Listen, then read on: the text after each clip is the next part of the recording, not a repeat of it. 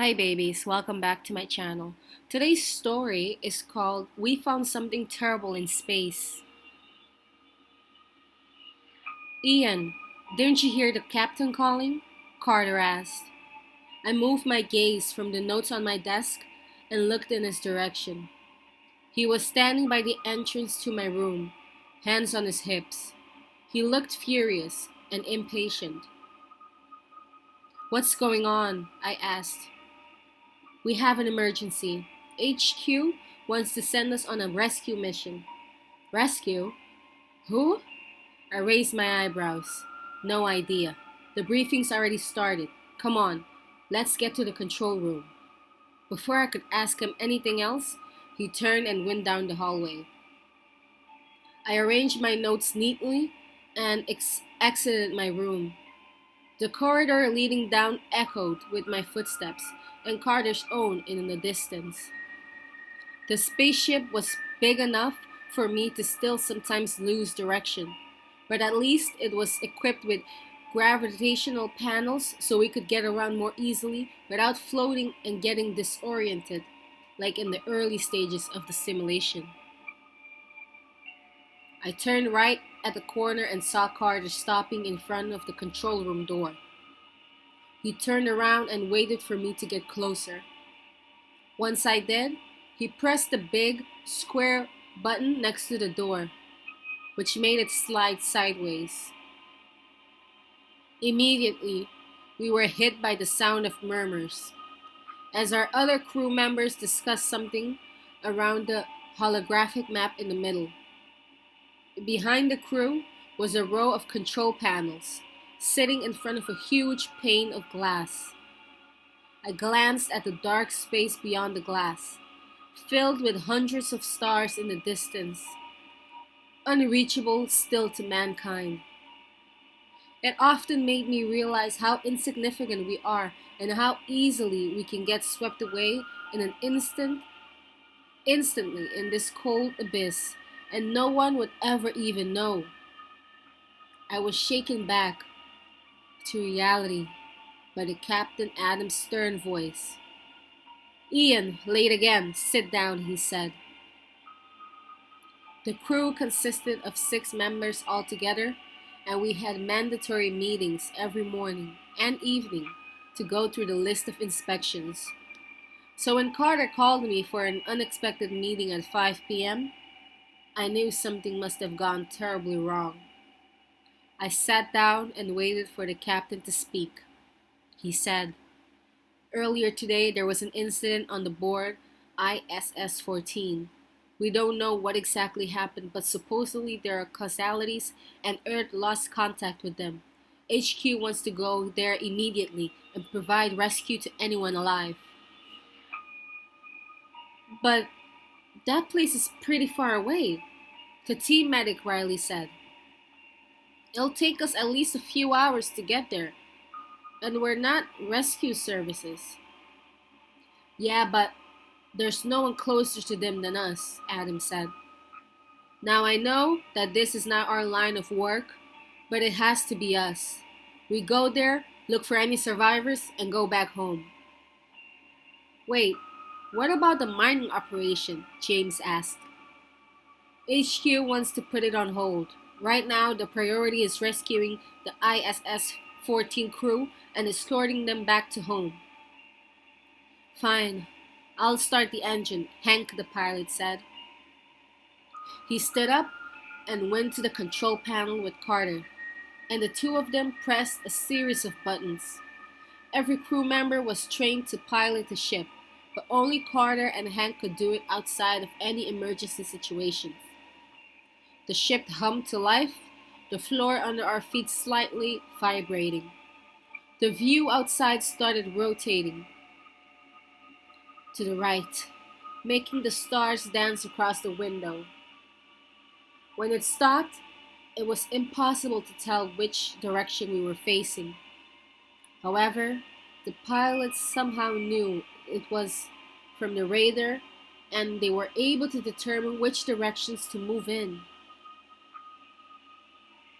The ship started moving forward slowly, but gained speed gradually.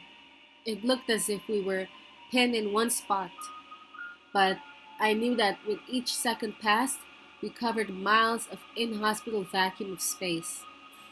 There, Hank leaned in his chair. We should be there in about 3 hours. Well, keep your eyes open, the captain said, and try and see if you can get in contact with them in the meantime. He stood up and left the room. I followed and went back to the crew quarters. I closed the shutters on my window and sat down on my bed. Although some of the crew members enjoyed the unique view from the windows in their rooms, I tended to avoid gazing outside, especially if I was left alone with my thoughts. Staring out in the endless nothingness out there for prolonged periods of time made me feel claustrophobic and trapped. I knew we were relatively close to home, where our planet was only visible as a tiny dot in the distance. And any given time, with every other direction around us being infinite miles of empty space. For the few, for the first few days, I'd glance through the window towards Earth every few hours, afraid that our ship would drift away and we'd lose sight of our planet, getting lost forever in the unforgiving cold, dark, so unknown to man. I knew, of course, no such thing could really happen, but the nagging feeling wouldn't abate. After a while of sitting on my bed, I went to join Hank and Carter in the control room. The two of them were casually chatting by the control panel when they saw me join and offered me to join in on the conversation. So, I was just telling Carter that the guys on ISS 14 are probably just blackout drunk. Hank chuckled and craned his neck in my direction. What do you think? I I don't know. It's strange to just lose contact like that. They might have a serious issue, I said. Well, whatever the case, we'll find out soon. We're almost there. See that? Carter said and pointed to the window. I squinted and realized that he was pointing at a dot in the distance. As minutes went by, the dot grew closer and more prominent. Shapes gradually became apparent. It began to take the shape of a man-made flying object, and I recognized its disproportionately large wings as a solar panels, reflecting sunlight. It's still there and it seems still intact, Hank said. He leaned in and pressed a button on the control panel. As he held it like that, he said, "We can see them. Everyone get down there." In a matter of minutes, everyone was in the control room and the ISS-14 was a lot closer and bigger, displaying more and more visible details on the structure, like joints, pressured modules, etc. Adams pressed a button on the panel and said, "This is US Collector 03. Does anyone copy?" He released the button and we waited in silence. Nothing but the humming of the ship was heard. Adam pressed the button and spoke again. This is US Collector 03 ISS 14. Do you copy?" No response. Adam sighed. "Well, I guess we're going in. Bring us closer, Hank." "Ian." He looked at me. "Suit up." I gave him a silent nod of agreement and proceeded to the lockers. I donned my suit and put on my helmet. I double-checked if the thrusters on the boots were functioning, refilled the oxygen tank, and made sure everything was tightly secured. Once that was done, I proceeded down the airlock. Riley was waiting in front and inspected my gear once more to make sure everything was safe. "All right, you're good to go," she said. "Give me a pat on the shoulder." I pressed the button to open the airlock and stepped inside. In front of me was a second airlock door and a small, round window. the final line of defense that separated me from a potential painful demise. Riley pressed the button again and sealed the door behind me. I attached the safety cord to my suit and pulled down the lever on the left side of the wall. Depressurizing airlock, stand by. A computerized voice announced. I glanced simply through the round window facing the interior of the ship and smiled back at Riley. I'll be back in a bit, I said encouragingly. Airlock depressurized. Opening airlock ready. I pressed the button next to the second door. It opened with a hiss, and instantly everything except my breathing was silent. The weight on my body was lifted, and I was floating mid-air. I used the thrusters to propel myself out of the airlock and finally stepped into the vast, empty space. The initial moment felt nauseating at first, leaping out of the spaceship and expecting to see ground beneath you. But instead, you met with an endless abyss which threatened to swallow you whole. The ISS-14 towered above me now, much larger up close than I suspected it would be. A silent behemoth, which took almost the entire view in front. The docking bay was right in front of me, so I proceeded there as quickly as the thrusters would allow me. Despite being able to go only 8 mph, I didn't worry about the speed, since I had enough oxygen to go for at least 6 hours. So hopefully I'll be back to the ship by then. Ian, do you copy? Carter's voice came through the radio. Yep, loud and clear, I responded. Alright, listen.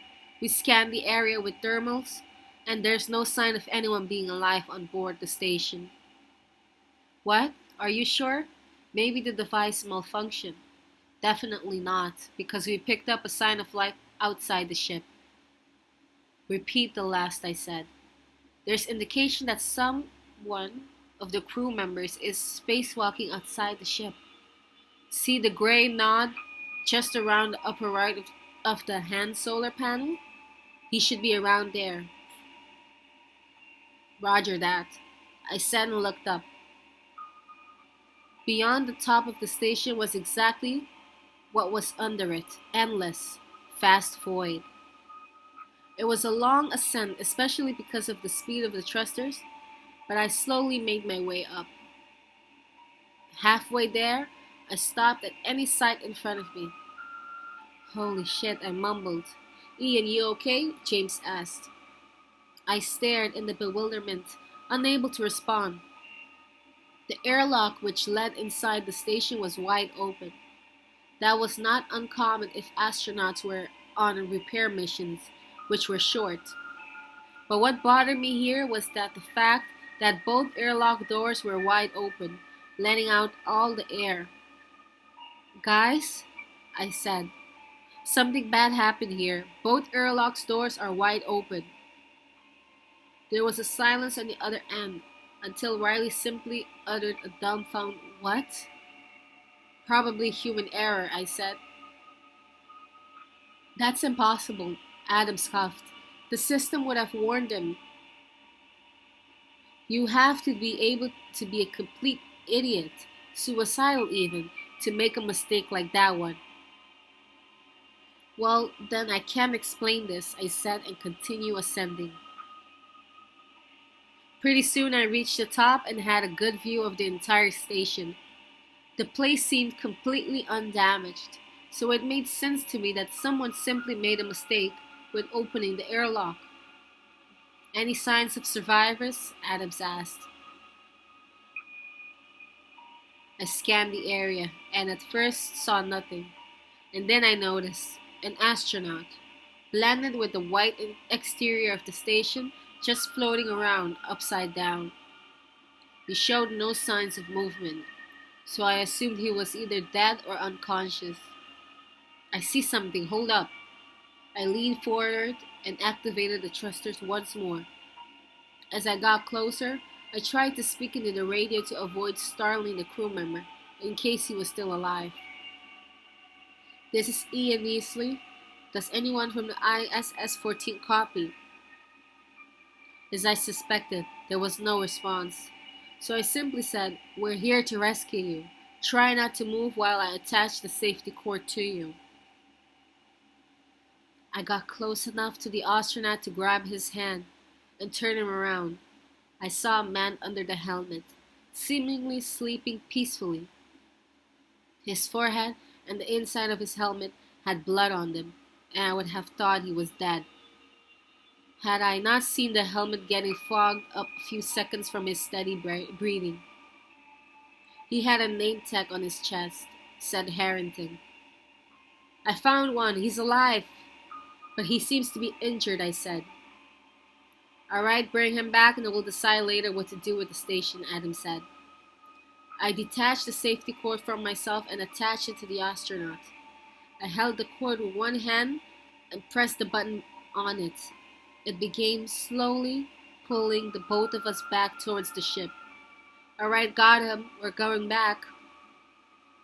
I stared at the IS-14 as I grew distant again, occasionally glancing at Harrington to see if he was still breathing.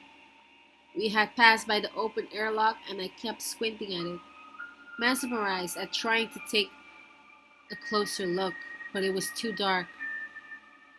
When I was out of the line of sight, I glanced back to the astronaut. His eyes were wide awake, and he was staring at me. I stared at him for a while, not sure if he was dead or alive, or catatonic. But then I saw him blink. He started darting his eyes around, frantically. I finally broke free from my trance and said, "Hey, it's okay, you're safe now. I'm from Collector 03. We were sent here to rescue you." Harrington mumbled timidly, "Rescue?" "Yeah, I don't know what happened, but you seem to be the only survivor. I'm bringing you back to our ship." At this sentence, Harrington's eyes widened even more, and he started panting. Within seconds, he was written and screaming, shouting incoherent words. He almost shook me off the cord, and I tried calming him down, but it was hard with the radio voices asking what was going on, and Harrington screaming and squirming. "Hey, calm down, calm down." I tried to hold him still, but it was impossible. "Don't do it. Don't bring them back." I managed to grab those words along the incoherence of Harrington's sentences. "There's no one else left of our crew. You're the only survivor," I shouted, but he continued ignoring me. And then he started coughing violently. Droplets of blood splashed the inside of his helmet, adding to the other, already dried blood. He had a coughing fit for about half a minute and he took a few deep breaths. Then his eyes closed and he seemingly lost consciousness again. "Ian, report, damn it!" Adams shouted over the radio. It took me a moment to recompose myself and then I answered, "I think he has internal bleeding. We have to hurry. Riley, get the first aid kit ready." "On it," Riley responded. Within minutes, Harrington and I were back in the airlock. I pressed the button and closed the external door and pressurized the chamber, putting Harrington in a laying position. "Airlock pressurized. Welcome back." As soon as the internal door opened, the crew rushed in and put Harrington on a stretcher. Carrying him infirmly, I took off my helmet and, with the suit still on, I followed them. "Get his suit off," Riley's voice echoed through the ship. Harrington was lying on his back on a table, Riley on the side of it, taking off his helmet. I got to the other side of the table and helped him take off the suit. When I reached to help him take his garment off, the astronaut firmly grabbed my wrist like a vice. Our eyes met, and again he had the same petrified look on his face as before. He mumbled something, but I couldn't understand him. I leaned in and told him to repeat what he said. "You brought them back," he said with a trembling voice.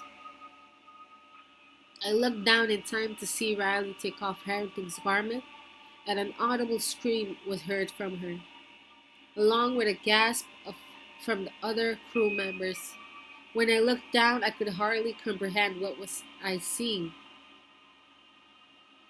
Harrington had a gaping hole in his stomach, and in it, hundreds of thousands of maggots were squirming around, eating away at his wound. They started hopping, some managing to jump on Riley's arm. She screamed and violently swatted at them, making a break for the exit. Harrington started to cough again, more violently than before. Just before he stopped moving completely, the blood from his cough spurted over my suit and I recoiled. When I looked down, I nearly started screaming. Along with the blood, there were crimson magnets slithering towards my head. I swatted at them, disgusted and in a panic at the same time. "Get out of here," Adam shouted. We didn't need any more encouragement. We rushed outside, and once everyone was out, we pressed the button to lock the door. We glanced through the glass on the door at Harrington's body. More and more magnets squirmed out of Harrington's wound, impossibly many to fit in the stomach alone, swarming his exposed body parts and feasting away on his remains. Thank you for listening. If you want to hear part 2, please like this video, comment down below, and subscribe. I'll see you tomorrow. Bye bye.